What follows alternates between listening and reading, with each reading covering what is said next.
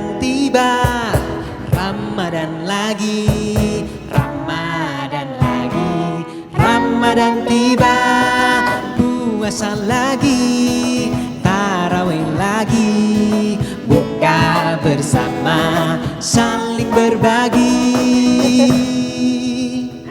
Masya Allah, seneng deh kalau misalnya walaupun puasa tapi tetap segar, tetap semangat. Karena kita lagi ada di programnya Hikmah Kisah. Pokoknya insya Allah segala sesuatu yang ada di sini, apapun yang kita kisahkan itu tidak hanya bermanfaat bagi kita semua yang ada di sini, tapi juga bagi pemirsa TVmu yang ada di rumah. Nah, kalau di segmen 2, tadi kan kita udah bilang tuh selalu ada Nasyita yang bakalan bercerita tentang kisah-kisah Islami. Kali ini tadi Nasyita udah kasih bocoran sama dengan tema kita tentang pentingnya bersolawat. Ya udah, kalau kayak gitu, yuk kita simak kisah dari Nasyita. Assalamualaikum teman-teman. Hari ini aku mau bercerita tentang pentingnya bersolawat. Sebagai zat yang memiliki segalanya, Allah Subhanahu wa Ta'ala tentu saja tidak melaksanakan ibadah sebagaimana kita makhluknya. Allah Subhanahu wa Ta'ala tentu saja tidak sholat, tidak puasa, tidak juga berhaji. Namun ada satu ibadah yang Allah dan para malaikat juga melakukannya. Sesungguhnya Allah dan malaikat-malaikatnya bersolawat untuk Nabi. Hai orang-orang yang beriman, bersolawatlah kamu untuk Nabi dan ucapkanlah salam penghormatan kepadanya. Quran Surat Al-Ahzab ayat 56. Berikut sebuah kisah yang bertutur tentang keajaiban sholawat dari ulama besar, Imam Sufyan Ats-Tsuri. Imam Sufyan Ats-Tsuri adalah pemimpin ulama-ulama Islam dan gurunya. Imam Sufyan Ats-Tsuri lahir pada tahun 77 Hijriyah pada masa Khalifah Sulaiman bin Abdul Malik. Imam Sufyan Ats-Tsuri menuturkan, aku pergi haji. Manakala tawaf di Ka'bah, aku melihat seorang pemuda yang tak berdoa apapun selain hanya bersolawat kepada Nabi Shallallahu Alaihi Wasallam.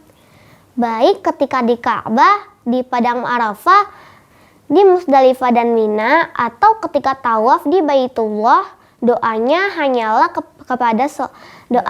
hanyalah solawat kepada Nabi Shallallahu Alaihi Wasallam. Saat kesempatan yang tepat datang, aku berkata kepadanya dengan hati-hati, sahabatku, ada doa khusus untuk setiap tempat. Jikalau kau tidak mengetahuinya, perkenankanlah aku mengajarimu. Namun dia berkata, aku tahu semuanya. Izinkan aku menceritakan apa yang terjadi padaku agar engkau mengerti tindakanku yang aneh ini.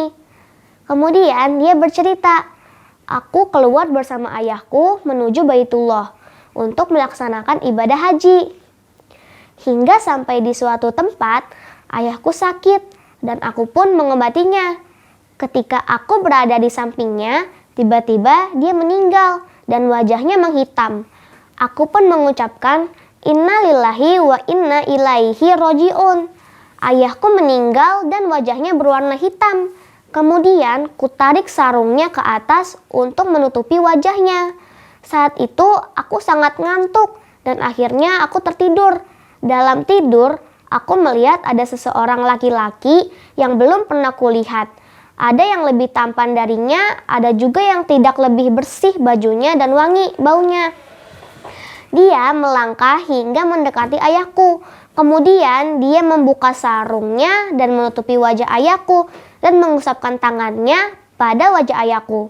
Kemudian wajah itu menjadi putih. Kemudian dia berpaling dan pergi. Kemudian aku pegang bajunya dan berkata, siapakah Anda? Semoga Allah Subhanahu wa Ta'ala merahmatimu. Allah telah memberikan anugerah denganmu terhadap ayah di tempat yang asing ini. Dia berkata, apakah engkau tidak mengenaliku? Aku adalah Muhammad bin Abdullah. Sesungguhnya ayahmu adalah orang yang telah melampaui batas dirinya. Tetapi dia dulu banyak membaca sholawat padaku. Maka ketika terjadi apa yang sedang terjadi, dia meminta tolong padaku dan aku adalah orang yang suka menolong terhadap orang yang banyak baca selawat padaku. Kemudian aku terbangun dan wajah ayahku sudah berubah menjadi putih kembali. Wallahu alam. Tuh teman-teman, besar banget kan manfaat kalau kita rajin bersolawat. Makanya kita jangan pernah lelah untuk bersolawat kepada Nabi kita Muhammad Sallallahu Alaihi Wasallam. Wah, keren banget, bener banget kata Nasyita. Pokoknya kita jangan pernah bosen, jangan pernah lelah. Itu tadi bener kan salah satu keutamaannya, gara-gara yang harusnya wajahnya menghitam, tapi tiba-tiba Masya Allah jadi putih berseri gara-gara banyak bersalawat. Kita juga pasti pengen kan kayak gitu kan, meninggal dalam keadaan baik Insya Allah ya. Wah, ini udah mau segmen 3 Nasyita. Ih, Nasyita udah ketawa. Kayak Nasyita mau kasih tahu sesuatu deh. Apa? Kenapa? Kan biasanya kalau di segmen 3, Kak Pandu sama Kak Almi harus nyanyi. Oke, tapi kalau sekarang nggak cuma sekedar nyanyi. Aku pengen Kak Pandu sama Kak Almi ngasih sesuatu yang berhubungan dengan salawat Nabi. Siap. Boleh dan siap. Ya udah, kalau kayak gitu jangan kemana-mana, karena Hikmah Kisah bakalan balik lagi. Tetap di program Hikmah Kisah. Ramadan tiba, Ramadan lagi,